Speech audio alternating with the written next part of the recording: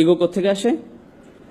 আপনার মধ্যে ইগো তখনই জন্মায় যখন আপনি সত্যিকার অর্থে আল্লাহর মহত্বকে মূল্যায়ন করতে ব্যর্থ হন, যখন আপনি আল্লাহকে সমাদর করতে জানেন না, তখন আপনি আল্লাহকে প্রশংসা করার স্থানে নিজের ব্যাপারে উচ্চ ধারণা পোষণ করেন। এখান থেকেই অহংকারের শুরু। সমস্যাটার গোড়া এখানেই। সুতরাং ইনশাআল্লাহ প্রথমে যে বিষয়টা আমি বলতে চাই তা হলো, সেসব মানুষ যারা ধর্মের লেবাস পরে থাকে, তারা দেখতে ধার্মিক, তাদের কথাবার্তা ধার্মিক, তাদের জ্ঞান আছে, আল্লাহ তাআলা যেন আমাদেরকে এইসব হতে রক্ষা করেন। এটা খুবই ভয়াবহ সমস্যা। এদেরকে যে মানুষটা দাড়ি নেই তার চেয়ে বেশি প্র্যাকটিসিং মনে হয়। অনেক বোনদের, যেসব বোনরা হিজাব পালন করে না, তাদের চেয়ে বেশি আল্লাহ ভীরু মনে হতে পারে। তাদেরকে বাইরে থেকে দেখতে খুবই ভালো লাগে, কিন্তু তাদের মধ্যে ইগো আছে। আপনার ভিতরে অন্যের সামনে নিজেকে মহান রূপে উপস্থাপন করার তাড়না আছে। আপনার মনে হয় যে আপনি বেশি ধার্মিক, আপনি বেশি যোগ্য, আপনি অন্যদের থেকে ভালো অবস্থানে আছেন। আর আপনি যদি মনের ভিতর আরেকজন মুসলিমকে ছোট করে দেখেন, তার অবস্থা যেমনই হোক না কেন, আপনি যদি এটা করেন, তাহলে আপনার হৃদয়ে যে জিনিসটা বাসা বেঁধেছে তা হলো কিবর, অহংকার। আর আমরা রাসূল সাল্লাল্লাহু আলাইহি ওয়াসাল্লামের উপদেশ থেকে জানতে পারি যে যাদের হৃদয়ে সরিষার দানা সমান, অর্থাৎ বলতে গেলে কিছুই না, এমন অনুপরিমাণ অহংকার থাকে, তাদের জন্য জান্নাতের দরজা খোলা নেই। অনুপরিমাণ অহংকার থাকে, জান্নাতের দরজা তার জন্য খোলা নয়। তাই আমি যেটা বলতে চাচ্ছি তা হলো, ধরুন একজন মুসলিম খারাপ কাজ করে, হয়তো সে মদ পান করে বা অন্য যে কোনো ধরনের খারাপ কাজ করে। তার খারাপ কাজগুলো বাহ্যিক, চোখে দেখা যায়, কিন্তু আপনার খারাপ কাজটা কোথায় ঘটছে? অন্তরের মধ্যে। বাইরে থেকে আপনাকে দেখতে ভালোই লাগে, মনে হয় যে আপনি ঠিকঠাকই আছেন। নিঃসন্দেহে সেই লোকটা খারাপ কাজগুলোর কারণে শাস্তিযোগ্য, কিন্তু আপনার অহংকারটাও কি শাস্তিযোগ্য নয়? আর যদিও কেউ তার কাজগুলোকে উপেক্ষা করছে না, কিন্তু যদি তুলনা করা হয়, তাহলে আপনার আর তার মধ্যে কার সমস্যা দূর করা বেশি কঠিন? এদিকটা ভেবে দেখুন তো। অহংকার দূর করাটা বেশি কঠিন। কেন?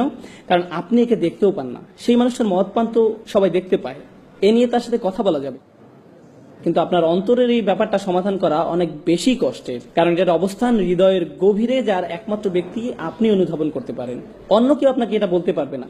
যদি এটা থাকে তাহলে আপনার ভেতরে আছে।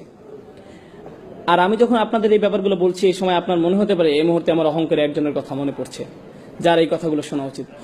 অন্য কারো ব্যাপারে চিন্তা করবেন না, তাহলে স্বয়ং আপনার মধ্যেই অহংকারের চিহ্ন আছে। কার কথা আপনার মনে আসা উচিত? আপনার নিজের কথা। ধর্মের নসিহতগুলো সর্বপ্রথম নিজের জন্য প্রযোজ্য, অন্যের জন্য নয়। সর্বপ্রথম কার জন্য প্রযোজ্য? নিজের জন্য। আমরা এতই অন্ধ হয়ে গেছি যে আমরা ভাবি কোরআনের আয়াতগুলো, রাসূল সাল্লাল্লাহু আলাইহি ওয়াসাল্লামের হাদিস বা উপদেশগুলো সব অন্যদের জন্য, নিজের জন্য না। কোনো কিছু শোনার সাথে সাথে অন্যকে বলার জন্য আপনি পেরেশান হয়ে যান। সেগুলো প্রথমে কার মানার কথা ছিল? কার সেগুলো প্রথমে অনুসরণ করার দরকার ছিল? আপনার নিজের। এই ব্যাপারটা আমাদের অবশ্যই মনে রাখতে হবে। আল্লাহর দ্বীনের ক্ষেত্রে আমরা অনেক বেশি স্বার্থপর, আমরা আত্মকেন্দ্রিক, আমরা ধান্দাবাজ হয়ে পড়ি। এই ব্যাপারটা আমাদের অবশ্যই মনে রাখতে হবে। যখন একজন স্বামী স্ত্রীর দায়িত্ব কর্তব্য সম্পর্কে কোনো হাদিস শোনে, তখন সে কি করে? সে তার স্ত্রীকে যেয়ে বলে, এই জানো আজ কি শুনেছি, মনে রেখো। এমনকি পিতামাতাও তাদের সন্তানদের সাথে কোন একটা শোনায়, অবিল ওয়ালিদাইনি ইহসানা, তোমার পিতামাতার সাথে সদ্ব্যবহার করো। এটাকে আত্মসেবা হয়ে যায় না? আমরা কি এখানে নিজের সেবা করতে এসেছি নাকি আল্লাহর দ্বীন পালন করতে এসেছি? এটা পুরো দৃষ্টিভঙ্গি বদলে দেয়। এটা সম্পূর্ণ ভিন্ন দৃষ্টিভঙ্গি। তো এটি প্রথম সমস্যা যা আমি আপনাদের সামনে তুলে ধরতে চেয়েছিলাম। ইগো, যা কেবল আপনিই উপলব্ধি করতে পারেন, আর কেউ আপনার জন্য তা করতে পারবে না।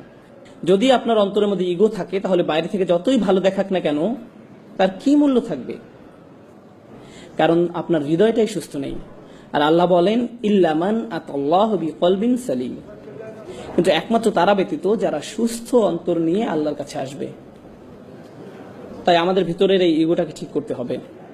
দ্বিতীয় পয়েন্টে যাওয়ার আগে আমি আপনাদের কিছু টিপস বলি কিভাবে বুঝবেন যে আপনার মধ্যে ইগো আছে। যদি কেউ আপনাকে কোনো বিষয় শুধরে দেয় আর আপনি খুবই অপমানিত বোধ করেন, আপনার যদি মনে হয় তুমি কিভাবে আমাকে এটা বলতে পারো, নিজেকে কি মনে করো, তার কি এমন যোগ্যতা আছে যে আমার ভুল ধরিয়ে দেয়? এটা যদি আপনার প্রথম প্রতিক্রিয়া হয়, তবে আপনার মধ্যে ইগো সমস্যা আছে। সেই লোকটা যদি ভুলও হয়ে থাকে, তার হয়তো সেটা বলা উচিত হয়নি, তারপরও আপনার প্রাথমিক প্রতিক্রিয়া এমন হবে না যে সে কে এটা আমাকে বলা, বরং আপনার প্রতিক্রিয়া হবে হয়তো এই মন্তব্যের মধ্যে দিয়ে আল্লাহ আমার নিজের কোনো অনুচিত কাজের দিকে মনোযোগ দিতে বলছেন। আচ্ছা, এটা যদি 100% সত্য নয়, কিন্তু তার কথার মধ্যে সামান্য অংশ কি সত্য? এর মাঝে কি 1% সত্য, 0.5% সঠিক? তার কথার মধ্যে যতটুকু সত্য ততটুকুই আমি গ্রহণ করি। আমার নিজেকে বাঁচাতে হবে।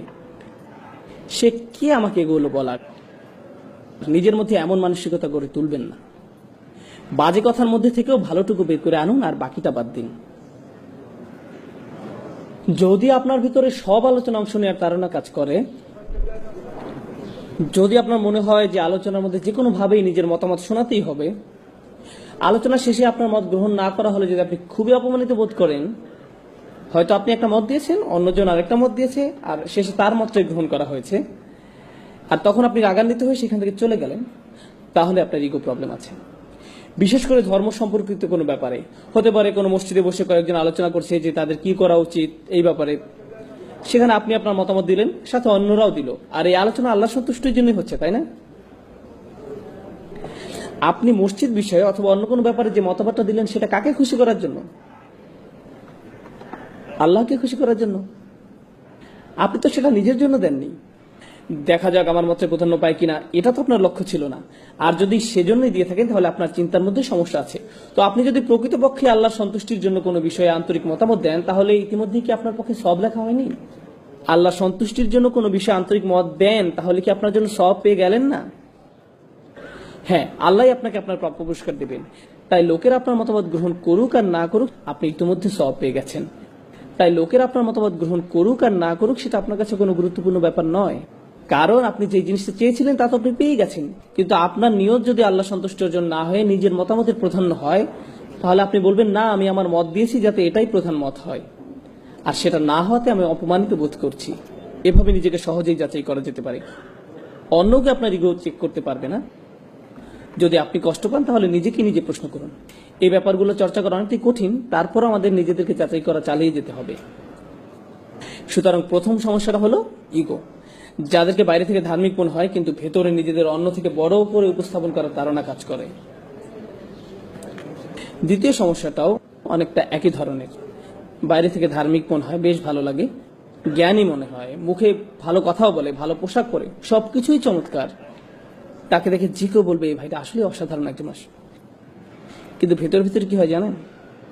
প্রথম ক্ষেত্রে নিজের মধ্যে ইগো জন্ম নেয়, আর দ্বিতীয় সমস্যা হলো হৃদয় কঠিন হয়ে পড়ে। তখন আল্লাহর কথা আপনাকে আর নাড়া দেয় না, কোরআন শুনেও আপনি কিছু অনুভব করেন না,